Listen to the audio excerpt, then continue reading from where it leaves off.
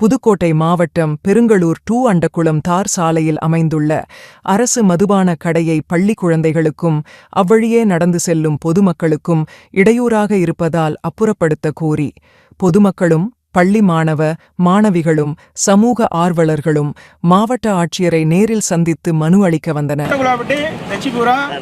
மேட்டுப்பட்டி, கூத்தாச்சிப்பட்டி, 12ஆம்பட்டி, மாங்கோட்டப்பட்டி, மங்களத்தப்பட்டி இந்த கிராமத்திலிருந்து வரும்போது போகும்போது இந்த சின்ன குழந்தைங்க கும்பிடுறாங்க, கிண்டல் பண்ணுறாங்க.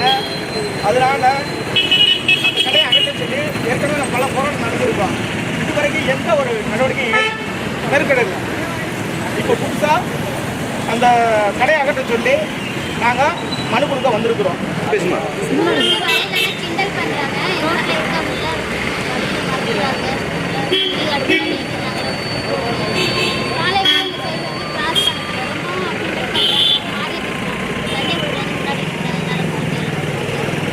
இப்போ என்ன பண்ணணுமா அதுக்காண்டி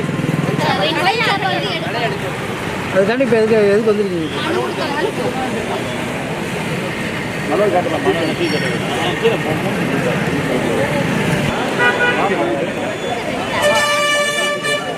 பெரும் போராட்டம் நடைபெறும் என்பதை இந்த தருணத்தில் நாங்கள் தெரிவித்துக் கொள்கிறோம்.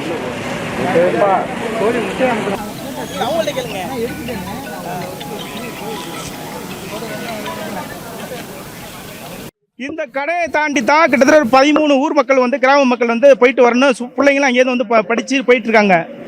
வர்ற வழியில் 24 மணி நேரம் கடை திறந்துருக்கிறதுனாலையும் பார் நடத்துறதுனாலையும் பிள்ளைங்களுக்கு பாதுகாப்பு இல்லை.